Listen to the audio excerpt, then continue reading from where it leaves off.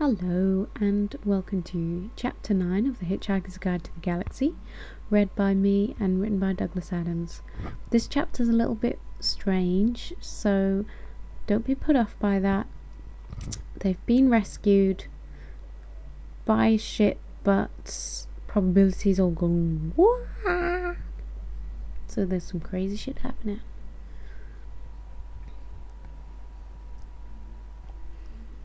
A computer chattered to itself in alarm as it noticed an airlock open and close itself for no apparent reason.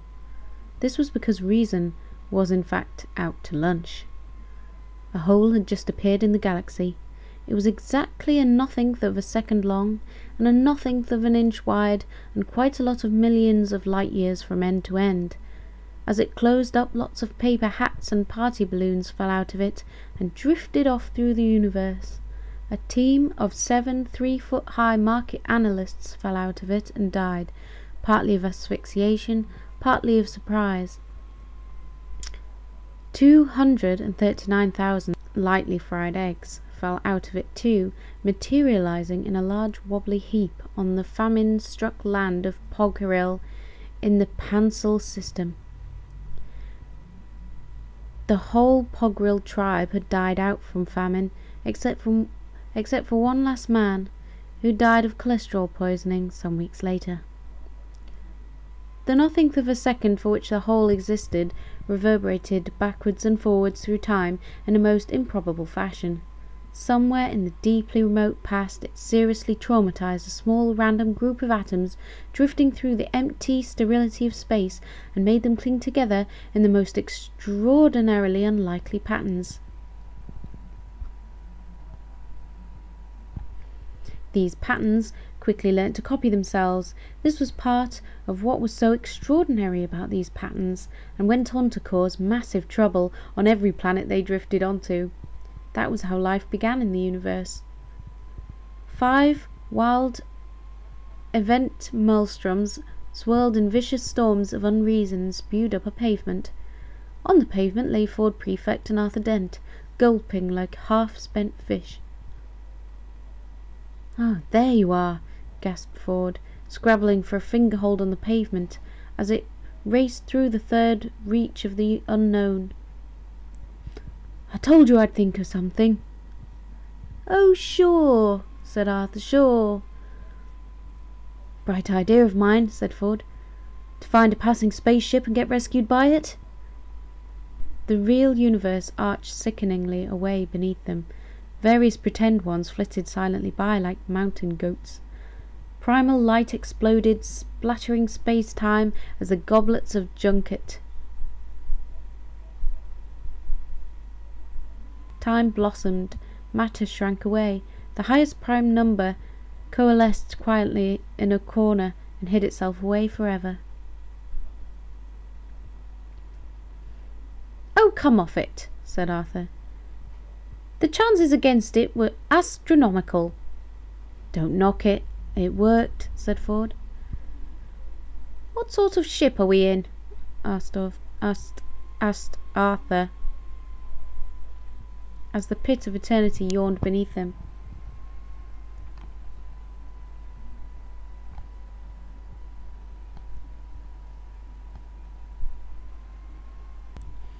"I don't know," said Ford. "I haven't opened my eyes yet." "Nor have I," said Arthur. The universe jumped, froze, quivered, and played out in a considerable surprise. "Good God!" said Arthur. "It looks just like the seafront at Southend." "Hell, I'm relieved to hear you say that," said Ford. "Why?" "Because I thought I must be going mad." "Perhaps you are. Perhaps you only thought I said that." Ford thought about this. "Well, did you say it or didn't you?" he asked. "I think so," said Arthur. "Well, perhaps we're both going mad." "Yes," said Arthur. "We'd be mad, all things considered, to think this was Southend." "Well, do you think this is Southend?" "Oh, yes." "So do I." "Therefore we must be mad." Nice day for it. Yeah, said a passing maniac. Who was that? Who? The man with the 5 heads and elderberry bush full of kippers? Yes. I don't know, just someone. Ah. They both sat on the pavement and watched with certain unease as huge children bounced heavily along the sand and wild horses thundered through the sky, taking fresh supplies of reinforced railings to the uncertain areas.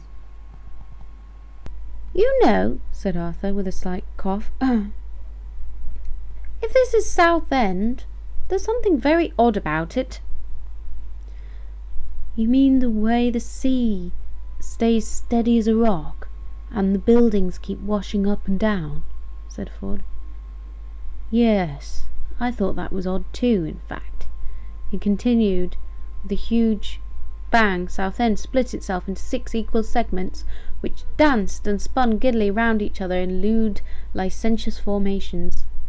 There's something altogether very strange going on. Wild yowling noises of pipes and strings seared through the wind. Hot doughnuts popped out of the road for 10 pence each. Horrid fish stormed out of the sky, and Arthur and Ford decided to make a run for it. They plunged through heavy walls of sound, mountains of archaic thought, valleys of mood music, bad shoe sessions, and footling bats, and suddenly heard a girl's voice. It sounded quite a sensible voice, but it just said, 2 to the power of 100,000 to 1 against, and falling. And that was all. Ford skidded down a beam of light and spun round, trying to find a source for the voice, but could see nothing he could seriously believe in. What was that voice? Shouted Arthur. I don't know, yelled Ford. I don't know. It sounded like a measurement of probability. Probability? What do you mean?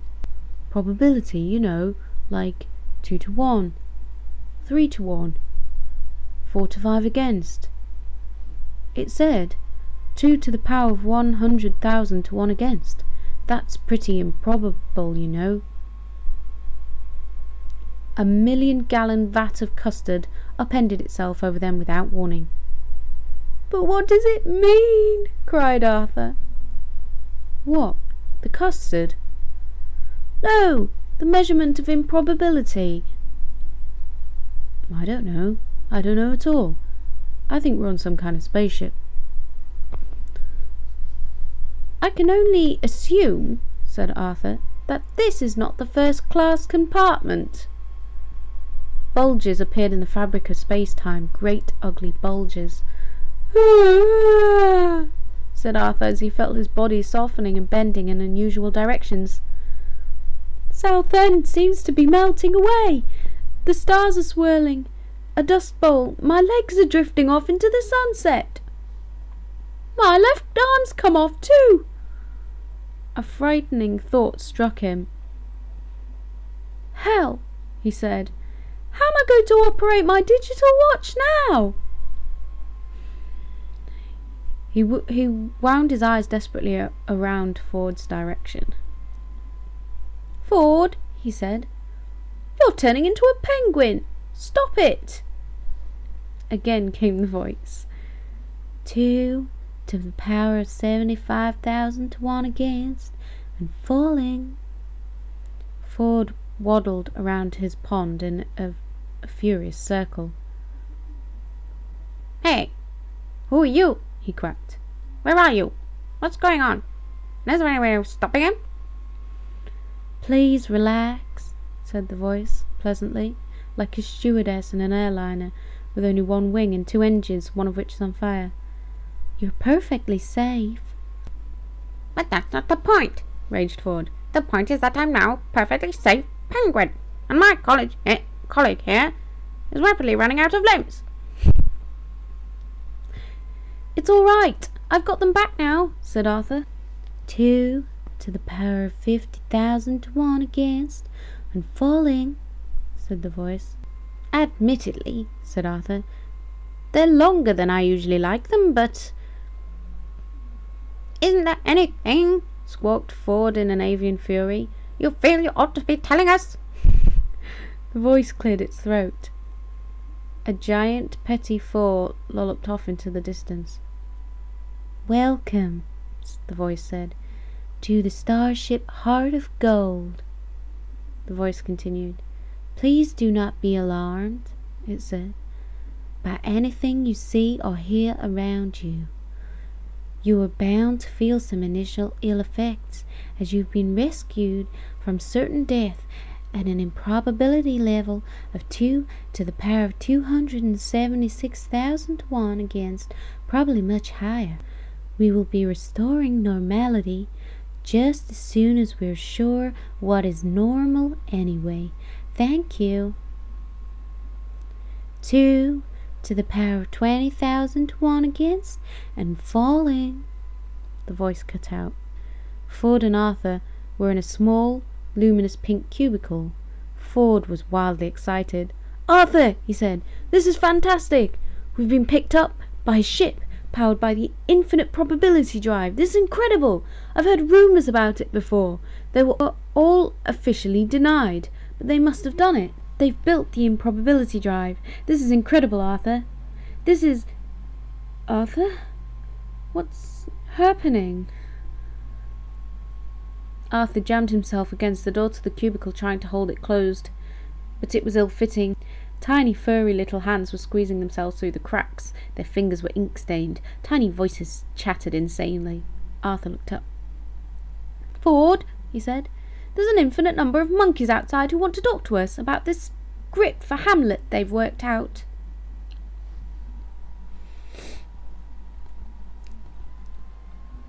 Thank you for listening to that slightly odd chapter, and I hope you'll join me for the next installment of the Hitch Hikers Guide to the Galaxy. What will happen next?